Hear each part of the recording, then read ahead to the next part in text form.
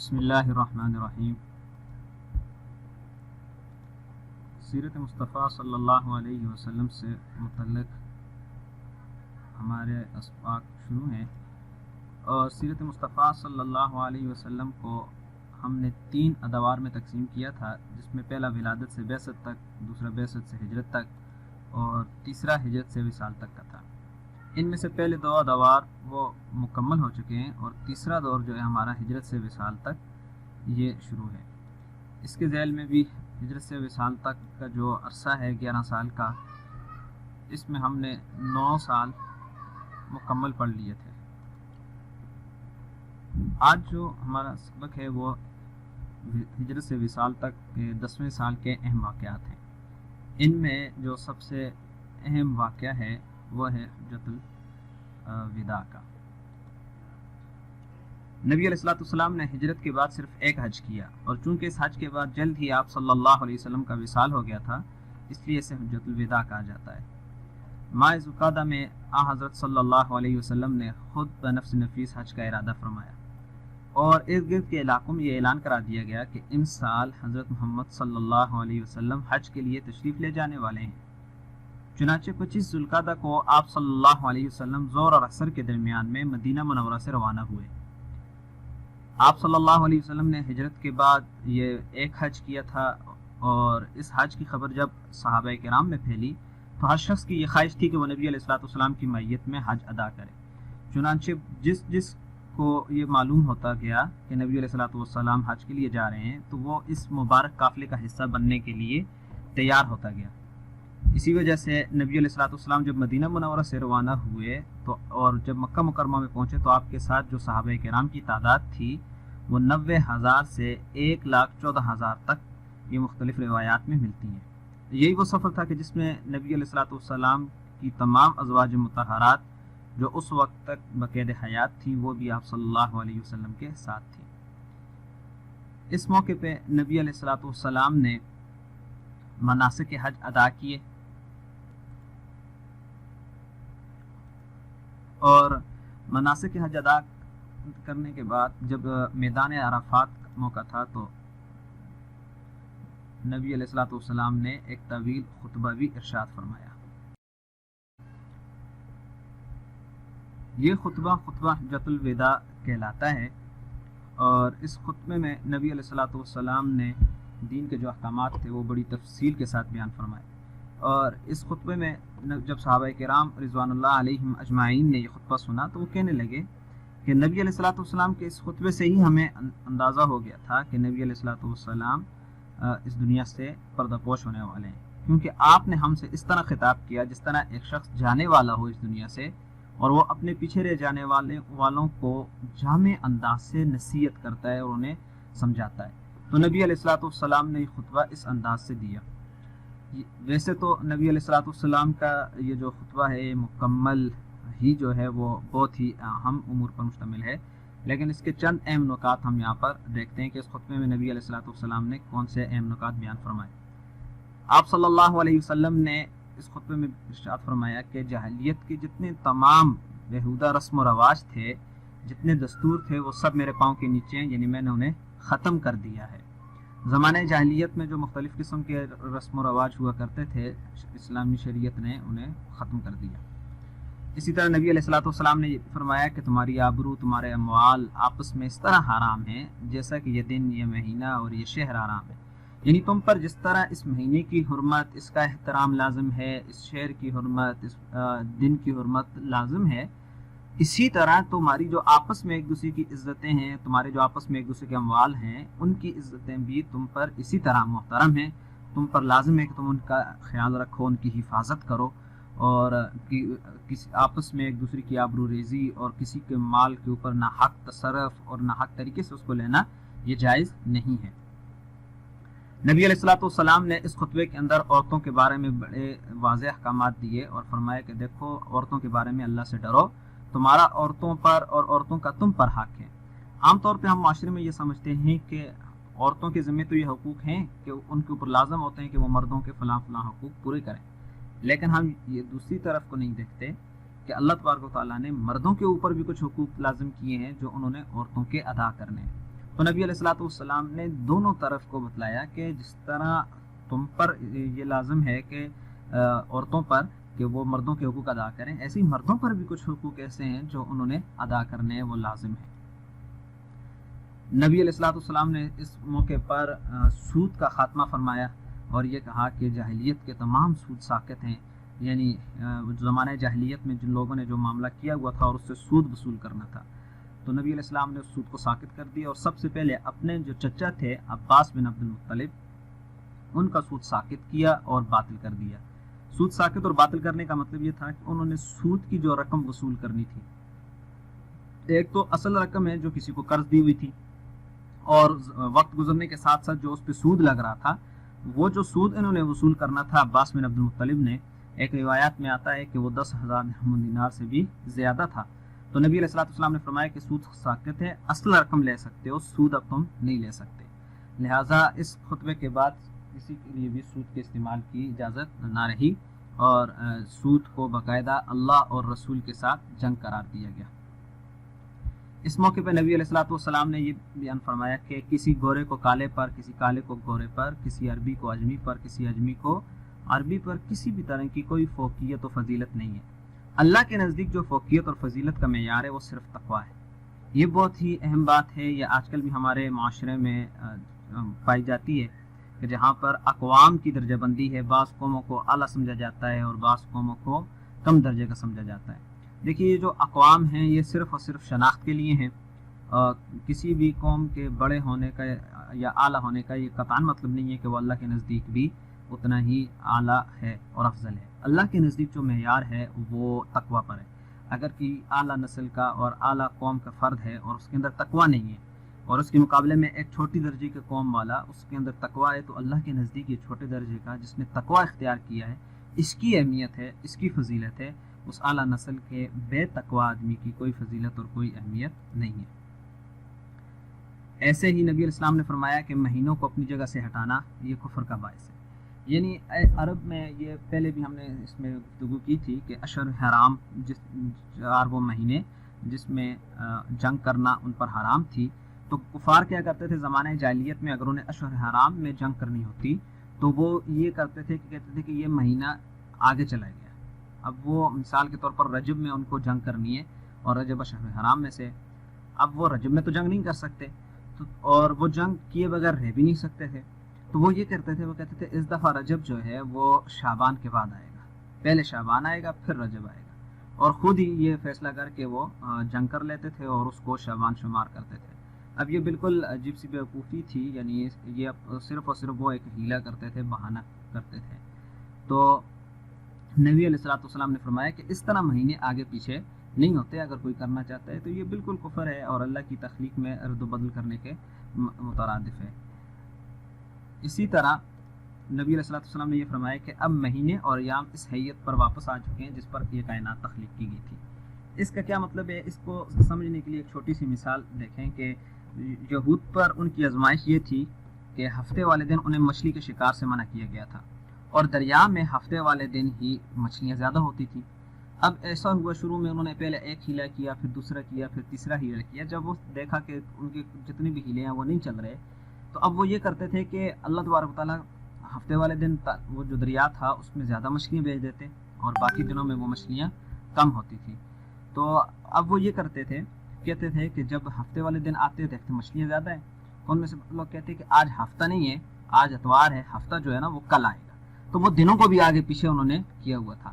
لیکن جب اسلام آیا تو نبی علیہ الصلوۃ والسلام نے اسلام نے ان تمام مہینوں کو اور تمام ایام کو اپنی اصل حالت پر اور اپنی اصل حیت پر لے آئے، جس حیت پر اللہ تبارک تعالیٰ نے اس کائنات کو تخلیق کیا تھا۔ چنانچہ اب جو دن ہیں اور جو ایام ہیں، جو واقعتاً اب جو جمعہ ہے وہ وہی جمعہ ہے جس پر اللہ تبارک تعالیٰ نے اس کائنات کو تخلیق کیا تھا، جو ہفتہ ہے، جو اتوار ہے، وہ انہی ایام پر ہے۔ اسی طرح نبی علیہ السلام نے فرمایا کہ جاہلیت کے تمام خون معاف ہیں، لہذا جاہلیت میں خون کے بدلے میں کوئی قصاص یا کوئی کسی قسم کا بدلہ نہیں لیا جائے گا، اور سب سے پہلے آپ نے ربیعہ بن حارث بن عبد المطلب، یعنی اپنے چچا زاد بھائی جو تھے ان کا خون جو بنی حذیل پر تھا وہ معاف کیا۔ زمانہ جاہلیت میں یہ ہوتا تھا کہ ایک خون کے بدلے میں وہ کئی خون بہا دیتے تھے اور مختلف قسم کی اس کی صورتیں کرتے تھے کہ اگر ایک آدمی قتل ہو گیا تو اس کے بدلے میں اس کے کئی آدمیوں کو قتل کرتے. سردار جو ہوتے تھے ان کے قتل کا بدلہ اور ہوتا تھا, جو چھوٹے درجے کے لوگ ہوتے تھے ان کے قتل کا بدلہ وہ اور طریقے سے لیتے تھے. تو بہرحال نبی علیہ الصلوۃ والسلام نے زمانہ جاہلیت کے تمام خون جو ہیں وہ معاف کر دیے. اسی موقع پہ نبی علیہ السلام نے فرمایا کہ آپس میں ایک دوسرے پر ظلم و ستم نہ کرنا. تو ایک دوسرے کے اوپر ظلم کرنے سے یہ بھی نبی علیہ الصلوۃ والسلام نے منع فرما دیا. اور اسی طرح ایک دوسرے کی غیبت کرنا, اس کے بارے میں قرآن کریم کی آیات بھی نازل ہوئی اور اس موقع پہ نبی علیہ الصلوۃ والسلام نے خاص طور پہ اس کی ممانعت کی. ایک دوسرے کے چہرے پہ مارنا, اب یہ جو ایک دوسرے کے چہرے پہ مارنا تھا اس سے بھی نبی علیہ الصلوۃ والسلام نے منع فرمایا. اور کسی مسلمان کا مال اس کی اجازت کے بغیر حلال نہیں. اجازت سے مراد یہ ہے کہ اس کی دلی رضامندی ہونی چاہیے. ایسا نہیں ہے کہ وہ کسی شرم کی وجہ سے یا کسی بھی وجہ سے وہ اس میں اجازت دے رہا ہو لیکن دلی طور پر وہ رضامند نہ ہو. اسی طرح مہاجر وہ ہے جو اپنے گناہوں سے کنارہ کشی کر لے. اور خاص طور پہ نبی علیہ الصلوۃ والسلام نے اس موقع پر غلاموں کے ساتھ جو معاملہ تھا کہ غلاموں کے بارے میں یہ خاص ہدایات دی کہ غلاموں کے ساتھ حسن سلوک سے پیش آؤ. یہ عرب کے اندر ایک معاملہ تھا کہ غلام جو تھے ان کے ساتھ وہ بہت ممتاز رویہ رکھتے تھے اور ان کے ساتھ وہ ان کو بالکل ہی جداگانہ رویہ رکھتے تھے. اسلام نے یہ جو غلامی کا تصور تھا اس کو اس معاشرے کے اعتبار سے قبول تو کیا, لیکن نبی علیہ الصلوۃ والسلام نے اور شریعت نے مختلف امور پر گناہوں کے بدلے میں ان غلاموں کو آزاد کرنے کی ترغیب دی. اور خود نبی علیہ الصلوۃ والسلام نے فرمایا کہ جو تم کھاؤ وہی انہیں کھلاؤ, جو تم پہناؤ وہی انہیں پہناؤ, اور ان کے بارے میں نبی علیہ الصلوۃ والسلام نے خاص ہدایات دی. آخر میں نبی علیہ الصلوۃ والسلام نے یہ فرمایا کہ جو غائب ہیں وہ ان تک میرا پیغام جو ہے وہ پہنچا دو. یعنی جو لوگ یہاں موجود ہیں جو میرا پیغام سن رہے ہیں اور جو لوگ یہاں پر نہیں آ سکے ان تک میرا پیغام پہنچا دو, اور جو احکامات انہوں نے مجھ سے سنے ہیں وہ احکامات ان تک پہنچا دیے جائیں. اسی موقع پر ایک صحابی تھے جن کا نام ابو شاہ تھا, جن کے بارے میں ہم نے کتابت حدیث میں پڑھا تھا. انہوں نے اس موقع پر نبی علیہ الصلوۃ والسلام سے یہ خطبہ لکھنے کی درخواست بھی کی تھی, تو نبی علیہ الصلوۃ والسلام نے یہ خطبہ انہیں لکھوا کر دیا تھا. بہرحال اس کو حجۃ الوداع کہا جاتا ہے اور اس خطبے کو خطبہ حجۃ الوداع کہا جاتا ہے. اس سال ایک اور اہم واقعات ہوئے تھے, وہ یہ تھے کہ دو لوگ ایسے تھے جنہوں نے نبوت کا دعویٰ کیا تھا. ان میں پہلا جو تھا وہ مسیلمہ کذاب تھا اور دوسرا جو تھا اس کا نام تھا اسود عنسی. یہ دو لوگ ایسے تھے جنہوں نے نبی ہونے کا دعویٰ کیا اور انہوں نے یہ دعویٰ کیا کہ ہم بھی نبی ہیں. مسیلمہ کذاب کا جو انجام تھا وہ تو حضرت صدیق اکبر رضی اللہ تعالیٰ عنہ کے زمانے میں جنگ یمامہ ہوئی تھی. اس میں حضرت وحشی بن حرب جو تھے جنہوں نے حضرت حمزہ رضی اللہ تعالیٰ عنہ کو شہید کیا تھا اور بعد میں وہ اسلام لے آئے تھے. حضرت وحشی بن حرب نے مسیلمہ کذاب کو مارا اور اس کو جہنم واصل کیا. خود حضرت وحشی بن حرب بھی فرمایا کرتے تھے کہ میں نے زمانہ جاہلیت میں جب یعنی میں اسلام نہیں لایا تھا تو سب سے بہترین انسان کو وہ کیا, اپنا نشانہ بنایا, یعنی مجھ سے جو قتل ہوئے یعنی زمانہ جاہلیت میں, تو وہ کہتے تھے حضرت حمزہ رضی اللہ تعالیٰ عنہ کو جو میں نے مارا. اور پھر وہ یہ بھی کہتے تھے کہ زمانہ اسلام میں جب میں اسلام لے آیا تو سب سے بدترین انسان کو بھی میں نے مارا, اور سب سے بدترین انسان کون تھا؟ وہ مسیلمہ کذاب تھا جس نے جھوٹی نبوت کا دعویٰ کیا. اچھا, اسی طرح ایک دوسرا تھا اسود عنسی جس کا بھی بتایا, اس نے جھوٹی نبوت کا دعویٰ کیا. اس ایک صحابی تھے فیروز ویلمی رضی اللہ تعالیٰ عنہ, وہ نبی علیہ الصلوۃ والسلام کی وصال سے چند دن قبل وہ اس کا سر قلم کرنے کے لیے روانہ ہوئے اور اسے جہنم واصل کرنے کے لیے. تو نبی علیہ الصلوۃ والسلام کے وصال سے ایک یوم قبل انہوں نے اسے جہنم واصل کر دیا. بہرحال جو جھوٹے مدعیان نبوت ہیں یہ آتے رہیں گے. حدیث میں آتا ہے کہ میرے بعد جو ہیں وہ 30 ایسے دجال اور کذاب لوگ ہوں گے جو جھوٹی نبوت کا دعویٰ کریں گے. یہاں یہ بات سمجھ لینی چاہیے کہ نبی علیہ الصلوۃ والسلام کے بعد کسی بھی شکل میں کسی بھی صورت میں کوئی نبی نہیں آ سکتا, چاہے وہ کسی بھی شکل میں ہو. تو کوئی نبی وہ اگر کوئی آدمی اپنی نبوت کا دعویٰ کرتا ہے تو وہ کذاب ہے, وہ اس سے دلیل بھی نہیں مانگی جائے گی، بلکہ وہ جھوٹا ہے اور وہ نبوت کا دعویٰ نہیں کر سکتا۔ اس کی کوئی بھی صورت ہو، اب دو صورتیں اس کی ممکن ہوتی ہیں، ایک تو یہ وہ صراحتاً اپنے آپ کو نبوت کا اپنے بارے میں نبوت کا دعویٰ کرتا ہے، دوسری صورت یہ ہوتی ہے کہ بعض فرقے ایسے بھی ہیں کہ جو اپنے بڑوں کے لیے نبوت کا دعویٰ تو نہیں کرتے، لیکن نبوت کی جو اوصاف ہیں، جو صفت ہے، وہ اپنے بڑوں کے لیے تسلیم کرتے ہیں۔ مثال کے طور پر دیکھیں، اللہ تبارک و تعالیٰ کے ساتھ شرک کی بھی دو صورتیں ہیں۔ ایک تو یہ کہ آدمی یہ کہتا ہے کہ جیسے اللہ ہے ایسے ہی ایک اور ذات بھی ہے جو اللہ کے ساتھ اس کی ملکیت میں شریک ہے، یہ بھی شرک فی الذات کہلاتا ہے۔ ایک صورت یہ ہے کہ ایک آدمی یہ کہتا ہے کہ بچے دینے کی اور بارش برسانے کی، رزق دینے کی، اور جتنی ایسی چیزیں جو اللہ تبارک و تعالیٰ کے ساتھ خاص ہیں، ایسے اوصاف ہیں، یعنی علم غیب ہے، ہر چیز کا علم، جو حاضر ناظر، ہر چیز کا علم جو ہے، چھوٹی بڑی چیز کا، آنے والے دنوں کا، وہ اللہ تبارک و تعالیٰ کو حاضر ہے۔ اب وہ یہ اللہ تبارک و تعالیٰ کی صفت ہے، اب وہ یہ صفت کسی اور کے لیے ثابت کرتا ہے، تو اسے کہتے ہیں شرک فی صفات۔ تو جس طرح اللہ کی ذات میں بھی شرک ہے، اللہ کی صفات میں بھی شرک ہوتا ہے، اسی طرح نبوت، اگر کوئی آدمی ذاتی طور پہ نبوت کا دعویٰ کرے، یہ بھی ختم نبوت کا منکر ہے۔ اور جو نبوت کی اوصاف، مثال کے طور پر وہ کہتا ہے کہ اپنے بڑوں کے لیے ان پر وحی آتی ہے، اب وحی تو صرف نبیوں پر آتی تھی، یا وہ یہ کہتا ہے کہ جس طرح نبی معصوم عن الخطا ہیں، ان سے غلطی نہیں ہو سکتی، گناہ سرزد نہیں ہو سکتے، وہ اپنے ائمہ کے بارے میں کہتا ہے، بڑوں کے بارے میں کہتا ہے کہ وہ معصوم عن الخطا ہیں۔ اب اس نے نبوت والی اوصاف جو ہیں وہ کسی دوسرے کے لیے ثابت کیے، تو یہ بھی ختم نبوت کا منکر ہے۔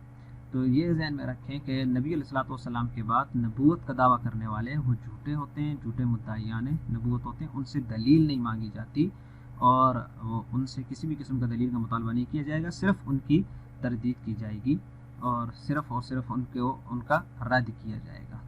تو نبی علیہ الصلوۃ والسلام کے بعد کوئی بھی نبی نہیں آ سکتا۔ ہاں، البتہ یہ ایک اشکال یہ ذہن میں آتا ہے کہ حضرت عیسیٰ علیہ الصلوۃ والسلام بھی تو نبی ہیں۔ جب ہم یہ کہتے ہیں کہ نبی علیہ الصلوۃ والسلام کے بعد کوئی نبی نہیں آئیں گے، تو پھر عیسیٰ علیہ الصلوۃ والسلام کے بارے میں تو متواتر حدیث میں آتا ہے کہ وہ قرب قیامت میں آئیں گے۔ تو دیکھیں، نبی علیہ الصلوۃ والسلام کے بعد نبی نہ آنے کا مطلب یہ ہے کہ کوئی نیا نبی نہیں آئیں گے۔ ایک بات، حضرت عیسیٰ علیہ الصلوۃ والسلام نبی علیہ الصلوۃ والسلام سے پہلے کے ہیں، ان کو نبوت ملی ہوئی ہے۔ اور دوسری بات اہم یہ ہے کہ جب عیسیٰ علیہ الصلوۃ والسلام آئیں گے اس امت میں، تو وہ بحیثیت نبی کے نہیں آئیں گے کہ وہ نبی کی حیثیت سے آ رہے ہوں، ایسا نہیں ہوگا، بلکہ وہ ایک راہبر اور رہنما کی حیثیت سے آئیں گے۔ اور عیسیٰ علیہ الصلوۃ والسلام کا آنا اس امت میں وہ ایک نبی کے طور پر نہیں ہوگا۔ بہرحال یہ جو اس سال کے اندر دو لوگوں نے دعویٰ کیا تھا جھوٹی نبوت کا، اور ان کا آگے جا کر انجام جو ہے وہ پہنچا، ایک حضرت ابوبکر صدیق رضی اللہ تعالیٰ عنہ کے زمانے میں، اور دوسرے کا نبی علیہ الصلوۃ والسلام کی وصال سے کچھ عرصہ قبل۔ ہجرت سے وصال تک کا جو 11واں سال ہے، اس میں نبی علیہ الصلوۃ والسلام نے یہ کیا کہ اسامہ بن زید رضی اللہ تعالیٰ عنہ کے لشکر کی تیاری، یہ کیا تھا، یعنی رومیوں سے مقابلے کے لیے ایک لشکر تیار کیا تھا۔ غزوہ موطا جہاں پر ہوا تھا، جہاں حضرت اسامہ کے والد زید بن حارثہ رضی اللہ تعالیٰ عنہ اور حضرت جعفر طیار اور حضرت عبداللہ بن رواحہ رضی اللہ تعالیٰ عنہ شہید ہوئے، تو اس جگہ کے قریب ایک مقام تھا، وہاں پر رومیوں کے مقابلے میں نبی علیہ الصلوۃ والسلام نے ایک لشکر تیار کیا تھا، اور اس لشکر کا جو امیر تھے ان کو اسامہ بن زید رضی اللہ تعالیٰ عنہ کو مقرر فرمایا۔ حالانکہ اس وقت جماعت میں ایسے لوگ بھی موجود تھے جو حضرت اسامہ بن زید رضی اللہ عنہ سے زیادہ تجربہ کار بھی تھے، زیادہ بڑے بھی تھے، لیکن نبی علیہ الصلوۃ والسلام نے امیر مقرر فرما دیا تو سب نے ان کی اطاعت کی۔ اس سے آپ کو آگے بھی اس کا اندازہ ہوگا ایک دو مثالیں دینے سے۔ نبی علیہ الصلوۃ والسلام کو یہ 11ویں سال جو ہے، یہ یہاں پر بیماری کی ابتدا ہوئی۔ بروز بدھ کا دن تھا، نبی علیہ الصلوۃ والسلام کی بیماری شروع ہوئی، اور اس دوران حضرت اسامہ رضی اللہ تعالیٰ عنہ کا لشکر مقام جرف میں جمع ہونے لگا۔ حضرت صلی اللہ علیہ وسلم کی بیماری کے سبب حضرت عباس اور حضرت علی رضی اللہ تعالیٰ عنہ تیمارداری کی وجہ سے مدینہ منورہ واپس آ گئے۔ حضرت ابوبکر صدیق اور حضرت عمر فاروق حضرت اسامہ رضی اللہ تعالیٰ عنہ سے اجازت لے کر، یہاں یہ دیکھیں، یہ نوٹ کرنے کے قابل ہے کہ یہ دونوں بڑے صحابہ کرام میں ان کا شمار ہوتا ہے، اور یہ کبار صحابہ میں ان کا شمار ہوتا ہے۔ یہ حضرت اسامہ سے اجازت لے کر نبی علیہ الصلوۃ والسلام کو دیکھنے آتے تھے۔ بہرحال اس کے بعد جو بیماری کی ابتدا ہوئی اس کے بعد جو دو اہم باتیں تھیں، ایک حضرت، تو اس موقع پر حضرت ابوبکر صدیق رضی اللہ تعالیٰ عنہ کی امامت اور حضرت عائشہ رضی اللہ تعالیٰ عنہ کے ہاں آمد، یعنی نبی علیہ السلام کی جب بیماری میں شدت بڑھی تو آپ صلی اللہ علیہ وسلم نے نماز کے لیے حضرت ابوبکر صدیق رضی اللہ تعالیٰ عنہ کو اپنے مصلی پہ کھڑا کیا۔ حضرت عائشہ رضی اللہ تعالیٰ عنہ کے حجرے میں نبی علیہ السلام آ گئے تھے۔ اصل میں ہوا یہ تھا، بیماری کے دوران نبی علیہ السلام باری باری ازواج مطہرات کے پاس رہتے تھے، لیکن ہر ایک سے پوچھتے تھے کہ عائشہ کی باری کب آئے گی۔ ازواج مطہرات سمجھ گئیں کہ آپ صلی اللہ علیہ وسلم حضرت عائشہ رضی اللہ تعالیٰ عنہ کے پاس جانا چاہتے ہیں، تو انہوں نے اپنی باریاں حضرت عائشہ رضی اللہ تعالیٰ عنہ کو ہبہ کر دی۔ آپ صلی اللہ علیہ وسلم حجرہ عائشہ میں آ گئے اور پھر اخیر تک آپ صلی اللہ علیہ وسلم وہیں رہے۔ اور جہاں تک بات حضرت ابوبکر صدیق رضی اللہ تعالیٰ عنہ کی، تو نبی علیہ السلام کی بیماری شروع ہوئی تھی بدھ والے دن، تو حضرت ابوبکر صدیق رضی اللہ تعالیٰ عنہ نے جمعرات کی رات عشاء کی نماز سے لے کر پیر کی فجر کی نماز تک، یعنی جمعرات رات عشاء کی نماز، جمعے والے دن 5 نمازیں، ہفتے والے دن کی 5 نمازیں، اتوار کی 5 نمازیں اور پیر کی فجر کی یہ نماز تک، یعنی 17 نمازیں حضرت صدیق اکبر رضی اللہ تعالیٰ عنہ نے نبی علیہ السلام کے مصلی پہ کھڑے ہو کر آپ صلی اللہ علیہ وسلم کی حیات میں صحابہ کرام کو پڑھوائیں۔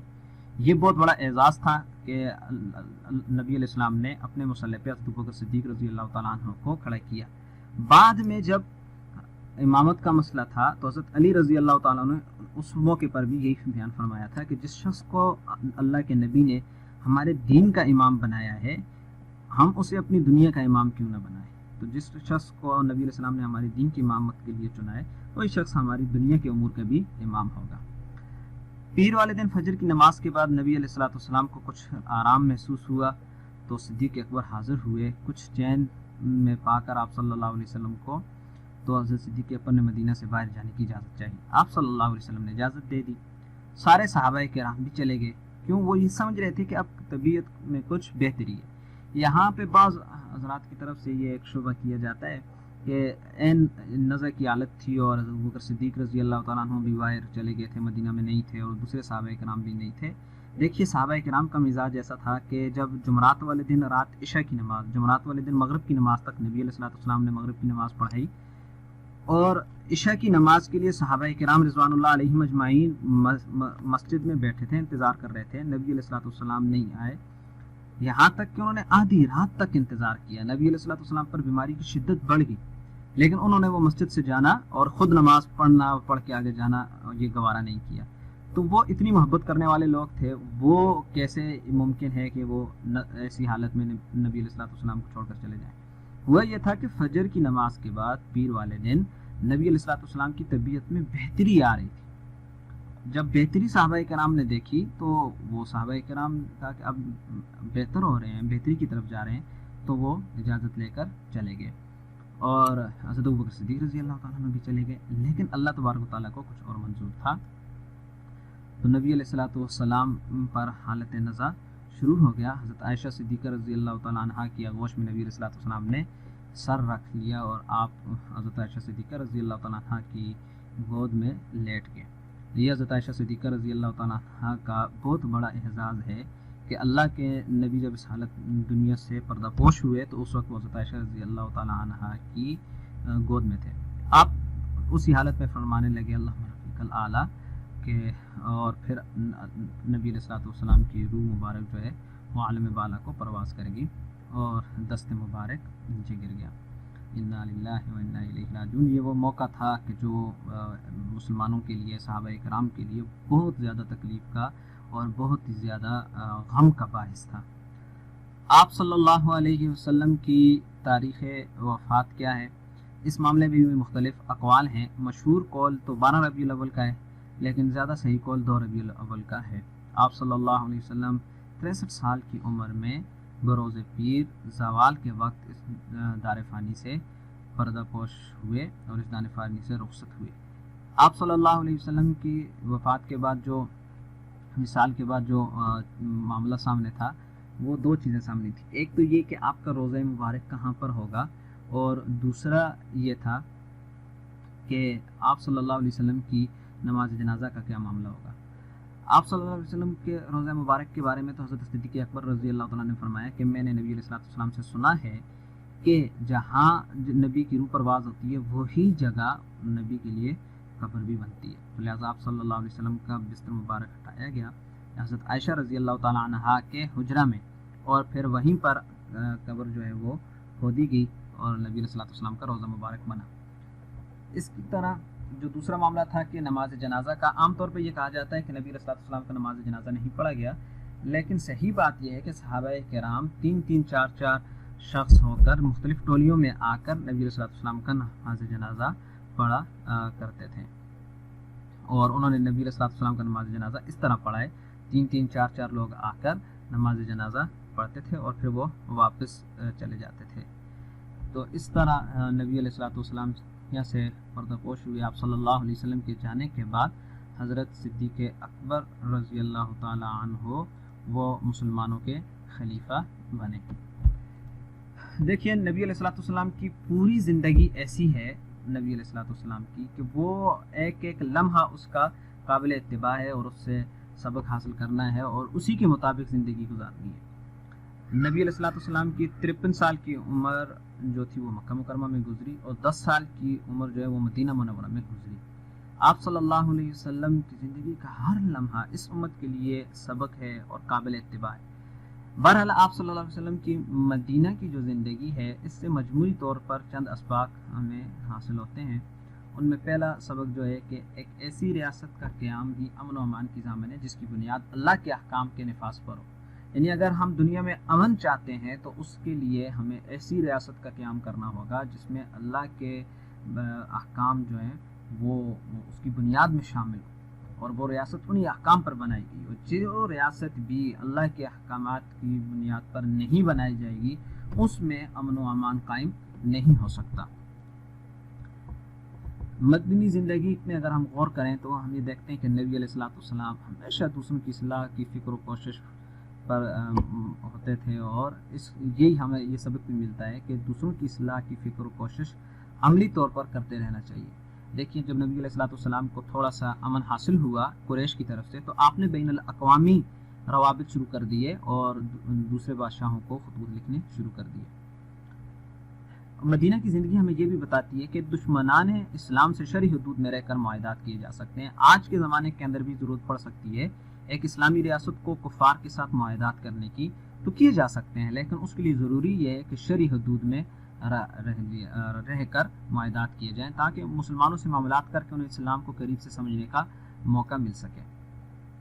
اچھا لازمی نہیں ہے کہ بعض دفعہ ایسی بھی صورت پیش آ سکتی ہے کہ دشمنوں سے لڑنا پڑ سکتا ہے، تو پھر بھی مدنی زندگی سے ہمیں یہ سبق ملتا ہے کہ دشمنان کو اگر کچلنا ہی پڑ جائے تو بھی حتی الوسع کوشش یہ ہو کہ نقصان کم سے کم ہو، اور کم سے کم جو ہے وہ جانی اور مالی نقصان ہو۔ خاص طور پر جنگی حالات میں جنگ نہ کرنے والی عورتوں، بچوں اور بوڑھوں کا خاص خیال رکھا جائے۔ اسی طرح مدنی زندگی سے جو ہمیں ایک اہم سبق ملتا ہے وہ ہے بھائی چارگی کا فروغ۔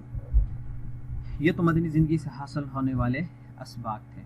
اس کے بعد ہم تھوڑا سا نبی علیہ السلام کے خاندان کو دیکھتے ہیں، خاندان نبوت۔ دیکھیے ایک شخص تھے عبد المطلب بن ہاشم، ان کی اہلیہ کا نام تھا فاطمہ بنت عمر۔ ان کے ہاں ان کے جو بیٹے تھے ان میں جو سب سے چھوٹے بیٹے تھے ان کا نام تھا عبداللہ۔ ایک روایت میں آتا ہے کہ عبد المطلب کے 13 بیٹے تھے، یعنی اولاد ان کی 13 تھی، اور بعض میں آتا ہے کہ نہیں ان کے جو بیٹے تھے وہ 10 تھے، ایک میں 13 آتے ہیں اور ایک روایت میں 10۔ بہرحال مشہور جو ہیں وہ ان کے 10 تھے۔ اچھا دوسری طرف ایک شخص تھے ان کا نام تھا واہب بن عبد مناف۔ ان کی اہلیہ جو تھی بن عبد العزا۔ ان کی ایک بیٹی تھی، اکلوتی بیٹی تھی، ان کا نام تھا آمنہ۔ اب ایک طرف یہ خاندان ہے اور دوسری طرف یہ خاندان ہے، یہ عبداللہ اور یہ آمنہ۔ ان کی آپس میں رشتہ ازدواج قائم ہوا، شادی ہوئی، یعنی عبداللہ کی آمنہ کے ساتھ۔ تو ان کے یہاں جو اولاد ہوئی وہ تھے نبی علیہ السلام محمد صلی اللہ علیہ وسلم۔ اس کا مطلب یہ ہوا کہ یہ نبی علیہ السلام کا دادیالی رشتہ ہے، یعنی آپ کے والد عبداللہ، آپ کے دادا عبد المطلب اور آپ کی دادی فاطمہ بنت عمر۔ اور یہ نبی علیہ الصلوۃ والسلام کا ننہال کا رشتہ ہے کہ آپ کی والدہ کا نام آمنہ، آپ کے نانا کا نام وہب بن عبد مناف اور نانی کا نام مرہ بنت عبد العزیٰ۔ نبی علیہ الصلوۃ والسلام نے جو شادیاں کی ہیں وہ تو ہم تفصیل سے آگے دیکھیں گے، البتہ جو اولاد ہوئی ہے نبی علیہ الصلوۃ والسلام کی وہ ایک حضرت خدیجہ رضی اللہ تعالی عنہا سے ہوئی ہے اور دوسرا حضرت ماریہ قبطیہ رضی اللہ تعالی عنہا سے۔ حضرت خدیجہ رضی اللہ تعالی عنہا سے نبی علیہ الصلوۃ والسلام کی جو اولاد ہوئی ان میں آپ کے ایک بیٹے تھے قاسم، جن کی طرف نسبت کرتے ہوئے آپ کو ابو القاسم کہا جاتا ہے۔ دوسرے بیٹے کا نام تھا عبداللہ اور ان کا نام تھا۔ اسی طرح ایک بیٹی تھی زینب رضی اللہ تعالی عنہا، دوسری بیٹی تھی رقیہ، تیسری بیٹی تھی ام کلثوم اور چوتھی بیٹی تھی فاطمہ رضی اللہ تعالی عنہا۔ 4 بیٹیاں تھیں حضرت خدیجہ رضی اللہ تعالی عنہا سے اور 2 بیٹے تھے، اور حضرت ماریہ قبطیہ سے نبی علیہ الصلوۃ والسلام کے ایک ہی بیٹے ہوئے اور ان کا نام تھا حضرت ابراہیم۔ قاسم، عبداللہ اور ابراہیم یہ بچپن میں ہی وفات پا گئے تھے۔ یہ جو زینب رضی اللہ تعالیٰ عنہ تھی، رقیہ، ام کلثوم اور فاطمہ، یہ 4 بیٹیاں جوان بھی ہوئیں، ان کی شادیاں بھی ہوئیں۔ حضرت زینب جو تھی ان کی شادی ہوئی تھی ابو العاص سے۔ یہ ابو العاص رضی اللہ تعالیٰ عنہ بعد میں مسلمان ہو گئے تھے، اور یہ ان کے بارے میں نبی علیہ الصلوۃ والسلام بڑی تعریف کیا کرتے تھے کہ انہوں نے کبھی بھی، نبی علیہ السلام فرمایا کرتے تھے، مجھے زینب کے معاملے میں پریشان نہیں کیا۔ اور یہ جو 2 بیٹیاں تھیں رقیہ اور ام کلثوم، یہ یکے بعد دی گئی، پہلے حضرت رقیہ اور جب وہ فوت ہو گئی تو ان کے بعد ام کلثوم یہ حضرت عثمان رضی اللہ تعالیٰ عنہ کے نکاح میں آئی، اور اس وقت حضرت فاطمہ رضی اللہ تعالیٰ عنہ کا جو نکاح ہوا تھا وہ حضرت علی رضی اللہ عنہ سے ہو چکا تھا۔ ام کلثوم رضی اللہ تعالیٰ عنہ جب اس دنیا سے رخصت ہوئی تو نبی علیہ الصلوۃ والسلام نے اس موقع پہ فرمایا تھا کہ اگر میری اور بھی بیٹیاں ہوتی تو وہ بھی میں یکے بعد دیگرے وہ حضرت عثمان کے نکاح میں دے دیتا۔ تو بہرحال حضرت عثمان رضی اللہ تعالیٰ عنہ کو ذی النورین جو کہا جاتا ہے وہ بھی اسی نسبت سے کہا جاتا ہے۔ اب ہم آتے ہیں نبی علیہ الصلوۃ والسلام کے نواسے نواسیوں کی طرف۔ تو یہ جو ابو العاص تھے اور زینب، ان سے ایک بیٹا اور ایک بیٹی جن کا نام علی اور ان کا نام امامہ، بیٹی کا نام امامہ تھا۔ اچھا، یہ ذہن میں رکھیے گا، نبی علیہ الصلوۃ والسلام جب مکہ مکرمہ میں داخل ہوئے تھے تو اس وقت آپ کی ساتھ پشت پہ روایات میں آتا ہے کہ حضرت علی جو تھے وہ سوار تھے۔ یہ حضرت علی یہ تھے، یہ نواسے جو نبی علیہ الصلوۃ والسلام کے تھے، ابو العاص رضی اللہ تعالیٰ عنہ کے بیٹے یہ تھے، اور وہ جو مشہور حضرت علی رضی اللہ تعالیٰ عنہ ہیں وہ اس وقت اس واقعے میں نہیں تھے۔ اچھا، نبی علیہ الصلوۃ والسلام کی یہ بیٹی تھی امامہ، یہ بھی بڑی ہوئی، اور بعد میں جب حضرت فاطمہ رضی اللہ تعالیٰ عنہ اس دنیا سے رخصت ہونے لگی تو انہوں نے حضرت علی رضی اللہ تعالیٰ عنہ کو یہ کہا کہ آپ نے شادی کرنی ہوئی تو میری جو بھانجی ہے میرے مرنے کے بعد امامہ، اس سے آپ نے شادی کرنی ہے۔ تو وہ پھر امامہ بعد میں حضرت علی رضی اللہ تعالیٰ عنہ کے نکاح میں بھی چلی گئی۔ حضرت عثمان رضی اللہ تعالیٰ عنہ اور حضرت رقیہ رضی اللہ تعالیٰ عنہ، ان سے صرف اور صرف ایک ہی اولاد ہوئی، اور وہ بیٹے ہوئے سے حضرت عبداللہ جو یہ بھی بچپن میں فوت ہو گئے، اور حضرت عثمان اور حضرت ام کلثوم سے کوئی اولاد نہیں ہوئی۔ حضرت فاطمہ، حضرت علی رضی اللہ تعالیٰ عنہ، ان سے 3 بیٹے تھے، ان میں سب سے پہلے حضرت حسن رضی اللہ تعالیٰ عنہ، پھر حضرت حسین رضی اللہ تعالیٰ عنہ، پھر حضرت محسن رضی اللہ تعالیٰ عنہ، اور ایک بیٹی تھی ام کلثوم اور دوسری بیٹی تھی زینب۔ تو یہ ایک اجتماعی طور پر یہ نبی علیہ الصلوۃ والسلام کا خاندان تھا۔ اس میں صرف اب رہ گئی بات نبی علیہ الصلوۃ والسلام کی جو اہلیہ ہیں، ازواج مطہرات ہیں، وہ کتنی ہیں۔ تو ہم آتے ہیں ازواج مطہرات کی طرف، اور یہاں پر اہم جو مسئلہ ہے وہ ہے تعدد ازواج۔ تعدد ازواج کا مطلب کیا ہوتا ہے کہ زیادہ شادیاں کرنا اور ایک سے زائد بیویاں رکھنا۔ نبی علیہ الصلوۃ والسلام کی جو ازواج یعنی نبی علیہ الصلوۃ والسلام کی ازواج مطہرات کتنی تھی؟ سب سے پہلے حضرت خدیجہ رضی اللہ تعالیٰ عنہا، حضرت سودا بنت زمعہ، اسی طرح حضرت عائشہ صدیقہ رضی اللہ تعالیٰ عنہا، حضرت حفصہ بنت عمر، اسی طرح حضرت زینب بنت خزیمہ، حضرت ام سلمہ، حضرت ام حبیبہ، حضرت جویریہ رضی اللہ تعالیٰ عنہ، حضرت صفیہ رضی اللہ تعالیٰ عنہ، اور حضرت میمونہ بنت حارث اور حضرت زینب بنت حجر۔ اچھا یہ 11 تھی۔ یہاں آپ نے دیکھا کہ حضرت ماریہ قبطیہ رضی اللہ تعالیٰ عنہ کا نام یہاں پر نہیں ہے، تو حضرت ماریہ قبطیہ جو تھی وہ نبی علیہ الصلوۃ والسلام کی باندھی تھی، اور پھر وہ ولد ہوگی، یعنی ان سے نبی علیہ الصلوۃ والسلام کی اولاد ہوگی۔ تو آزاد عورتوں میں نبی علیہ الصلوۃ والسلام کے جو نکاح ہوئے ہیں وہ یہ 11 عورتوں سے نکاح ہوئے۔ یہاں پر جو بہت زیادہ اعتراض کیا جاتا ہے وہ آپ چند چیزوں کو سمجھ لیں۔ زیادہ شادیوں کے معاملے میں 2 چیزیں مختلف ہیں۔ ایک تو یہ اسلام پر اشکال ہوتا ہے کہ زیادہ شادیوں کی اجازت مرد کو ہے اور عورتوں کو نہیں ہے، ایک۔ اور دوسرا جو پورے اسلام پر اوورال جو اعتراض ہوتا ہے وہ یہ ہوتا ہے کہ ایک سے زیادہ شادیاں کرنا یہ عورتوں کے ساتھ ناانصافی ہے۔ تو دیکھیے پہلی بات تو یہ ہے کہ مردوں کو جو زیادہ شادیوں کا حق ہے، عورتوں کو ایک سے زائد شادیاں کرنے کا حق نہیں ہے۔ اس کے اندر اللہ تبارک تعالیٰ کی بہت بڑی حکمتیں ہیں۔ سب سے بڑی جو حکمت ہے وہ ہے نسل کی حفاظت۔ اگر ایک عورت ایک وقت میں ایک سے زائد جو ہے وہ رکھتی ہے اور اس کو شادیاں کرنے کی اجازت ہو، تو پھر جو اولاد ہوگی اس اولاد کے بارے میں یہ پتہ نہیں چلے گا کہ یہ اولاد کس کی ہے۔ آج کے دور میں یہ کہا جا سکتا ہے کہ ڈی این اے سے پتہ چل سکتا ہے کہ یہ اولاد کس کی ہے، لیکن ڈی این اے کروانا ہر آدمی کے بس میں نہیں ہوتا۔ اب یہ بھی ممکن نہیں ہوتا کہ اتنے لاکھوں کروڑوں آدمی ہیں اور ہر بچے کی پیدائش میں اس کا ڈی این اے بھی کروایا جائے۔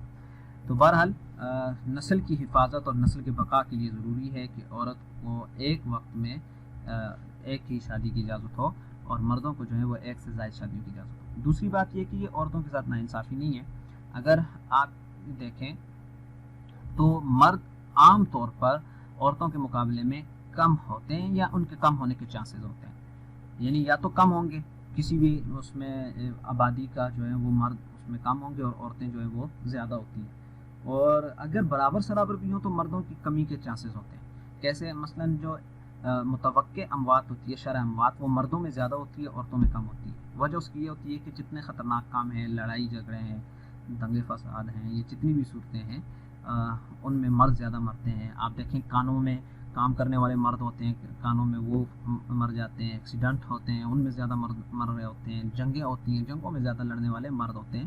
تو اب پیچھے بچنے والی جو عورتیں ہوتی ہیں ان کی تعداد زیادہ ہوتی ہے۔ اور اس وقت تو صورتحال یہ ہے کہ اگر ہم اپنے معاشرے میں دیکھیں تو ہمارے معاشرے میں ہر دوسرے گھر کے اندر عورتیں جو ہیں وہ زیادہ تعداد میں ہیں اور وہ نکاح کے انتظار میں ہوتی ہیں، اور مرد جو ہیں وہ کم ہوتے ہیں۔ یہ جو ایک سے زیادہ شادیاں ہیں ان کو معیوب سمجھنے کا جو کلچر ہے یہ برصغیر میں ہندوؤں سے لیا گیا ہے، ورنہ اسلام میں تصور یہی ہے کہ ایک سے زیادہ شادیاں کی جائیں۔ اس کو کہتے ہیں تعدد زواج۔ اب جو اہم بات ہے وہ یہ، جو اہم اشکال جو نبی علیہ الصلوۃ والسلام کی سیرت سے متعلق ہے، اور سیرت پر جو اشکال کیا جاتا ہے وہ یہ کیا جاتا ہے کہ نبی علیہ الصلوۃ والسلام نے امت کے لیے تو یہ حکم بیان فرمایا کہ 4 شادیاں کرو، اور خود آپ نے کوئی اپنے لیے حد نہیں رکھی اور آپ نے زیادہ شادیاں کی۔ اور اس کو جو اسلام پر اعتراض کرنے والے لوگ ہیں وہ نعوذ باللہ یہ کہتے ہیں کہ یہ جنس پرستی تھی اور شہوت کا غلبہ تھا، تب نبی علیہ الصلوۃ والسلام نے نعوذ باللہ اس لیے زیادہ شادیاں کی۔ اور جو جتنے مستشرقین ہیں جو یورپ کے ہیں سے متعلق ہیں انہوں نے اسی معاملے کو اٹھایا۔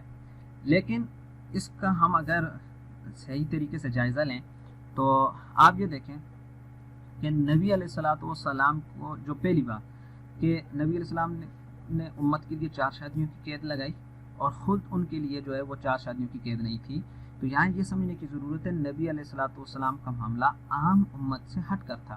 یہ صرف شادیوں کا معاملہ ہی نہیں ہے، اور کئی ایسے احکامات تھے جن میں نبی علیہ الصلوۃ والسلام کو خصوصیت حاصل تھی۔ مثال کے طور پر امتی پر جو نمازیں فرض ہیں وہ 5 ہیں، جبکہ نبی علیہ الصلوۃ والسلام پر 6 نمازیں فرض تھی۔ نبی علیہ الصلوۃ والسلام پر تہجد کی نماز جو ہے وہ بھی فرض تھی۔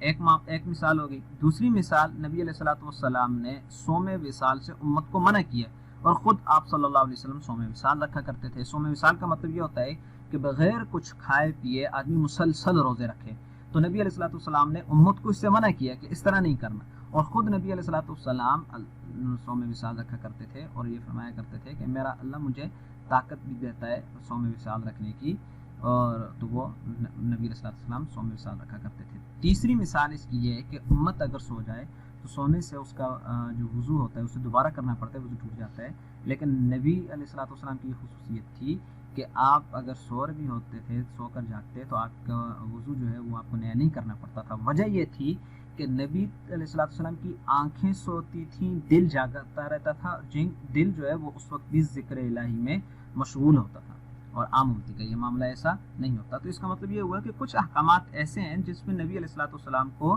خصوصیت حاصل ہے، اسی میں سے ایک زیادہ کثرت سے جو ہے شادیاں کرنا ہے۔ لیکن اب ہم ان شادیوں کے ایک دوسرے پہلو سے دیکھتے ہیں جس کا اگر ایک عام آدمی جس کو سمجھ سکے کہ نبی علیہ السلام نے کون یہ شادیاں جو کی ہیں تو وہ کس وجہ سے کی ہیں، کیا یہ واقعتاً شہوت کی وجہ سے ہیں یا جنس پرستی کی وجہ سے ہیں۔ دیکھیں نبی علیہ السلام نے سب سے پہلے جو نوٹ کرنے کی بات ہے وہ یہ 25 سال کی عمر تک کوئی شادی نہیں کی، حالانکہ عرب کے اندر زیادہ شادیوں کا رواج تھا۔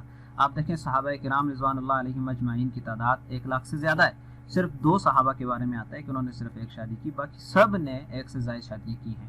اسی طرح عرب جو تھے وہ 1 سے زائد شادیاں کرتے تھے، بلکہ اسلام نے تو آ کر 4 کے اوپر وہاں پر قید لگائی، ورنہ وہ تو 4 سے بھی زیادہ کی شادیاں کیا کرتے تھے۔ نبی علیہ السلام نے 25 سال کی عمر تک کوئی شادی نہیں کی۔ اچھا، نبی علیہ السلام خود اتنے حسین و جمیل تھے کہ آپ کے لیے حسین عورتوں کی کمی نہ تھی جو آپ صلی اللہ علیہ وسلم سے خواہش نکاح رکھتی تھیں، اور اس ماحول میں جس میں آپ صلی اللہ علیہ وسلم کی شہرت بھی تھی اور آپ مکہ میں مشہور بھی تھے۔ آپ صلی اللہ علیہ وسلم نے زمانہ جاہلیت میں بھی عفت و پاک دامنی سے اپنا وقت گزارا ہے۔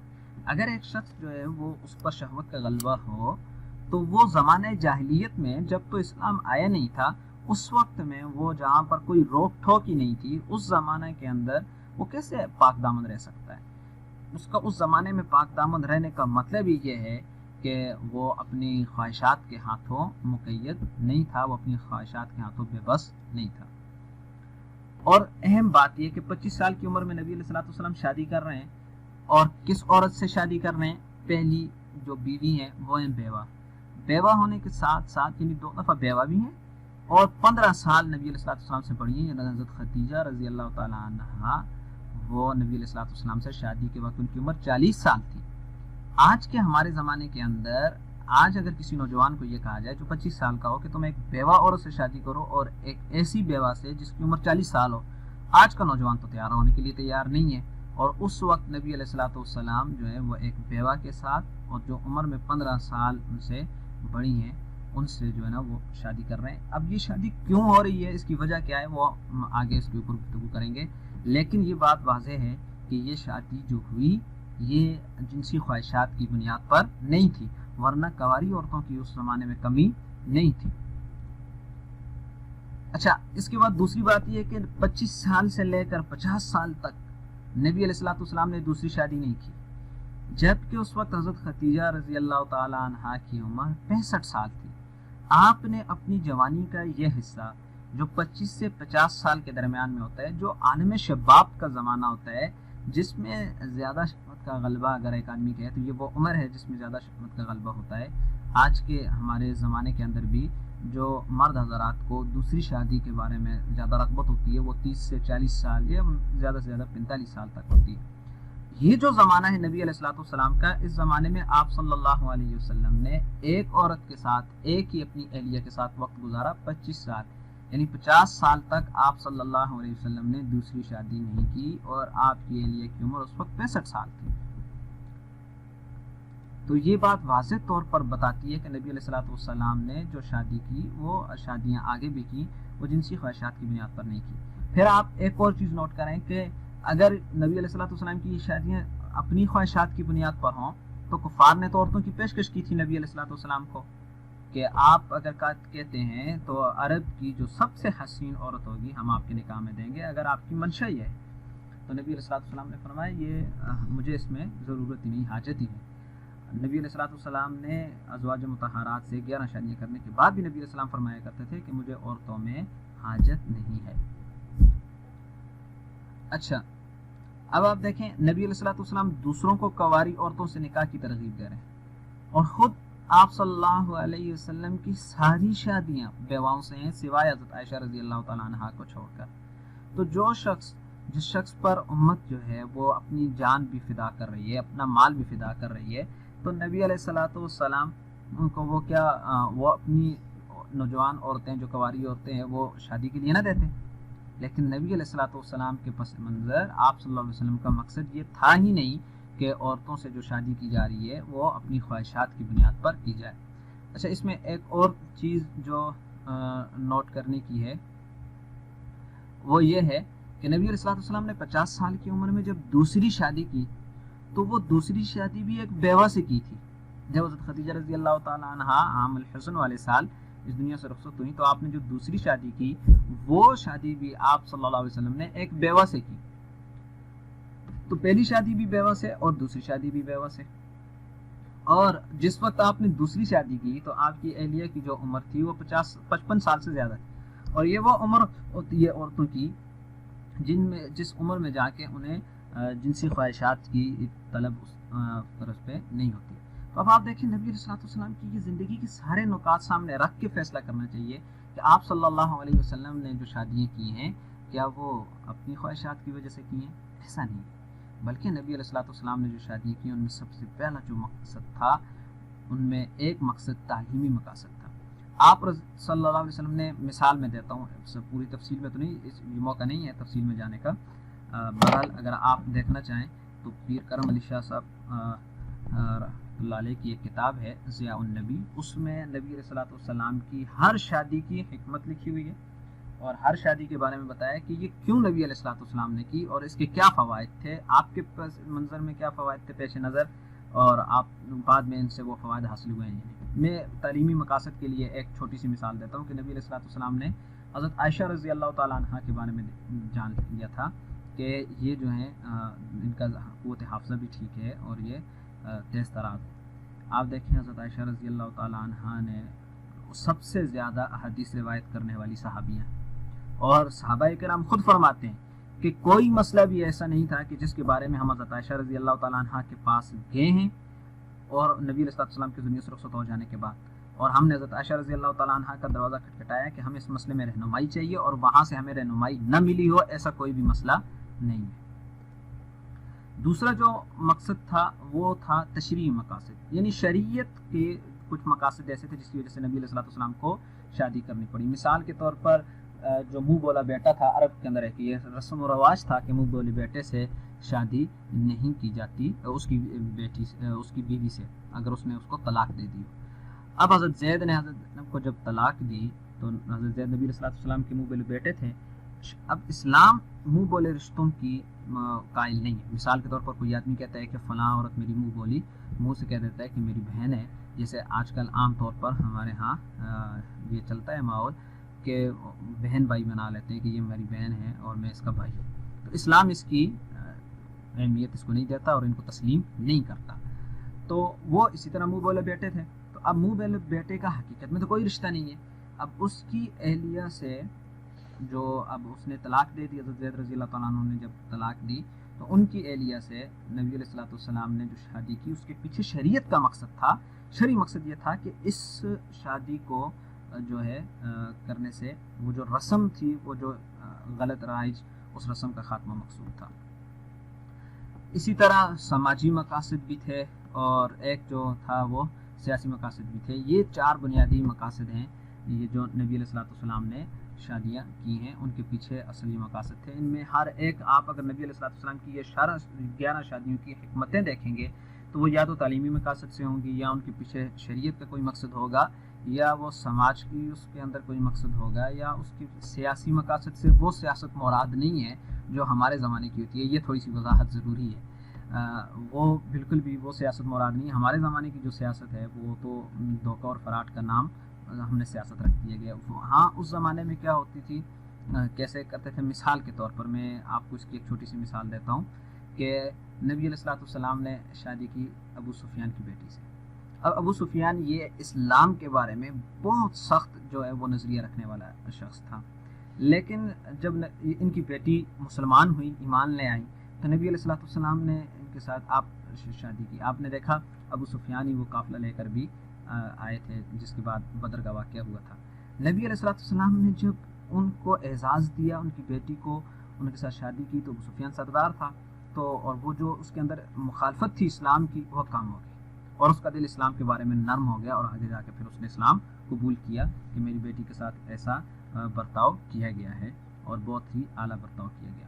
اسی طرح اور بھی اس کے اندر وہ ہیں مثالیں، اس کی بہت ساری اور بھی دی جا سکتی ہیں۔ بہرحال یہ وہ 4 مقاصد ہیں جس کی وجہ سے نبی علیہ السلام نے شادیاں کی ہیں، اور ان میں قطعاً نبی علیہ السلام کی ذاتی خواہش کا نئی عمل دخل نہیں تھا، اور ایسا معاملہ بالکل بھی نہیں کہا جا سکتا۔ ورنہ آپ دیکھیں حضرت عائشہ رضی اللہ تعالیٰ عنہ کے علاوہ باقی جتنی بھی ازواج مطہرات ہیں، ساری کی ساری بیوہ ہیں۔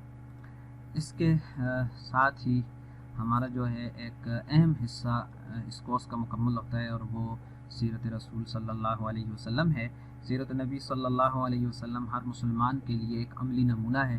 کوشش یہ کی گئی ہے کہ سیرت کے اسباق میں وہ تمام اہم امور سے ایک نظر گزر جائے جو ایک عام مسلمان کے لیے جاننے ضروری ہوتے ہیں، اور امید ہے کہ وہ تمام اہم امور جو ہیں وہ اس سیرت کے اس حصے میں آ چکے ہوں گے۔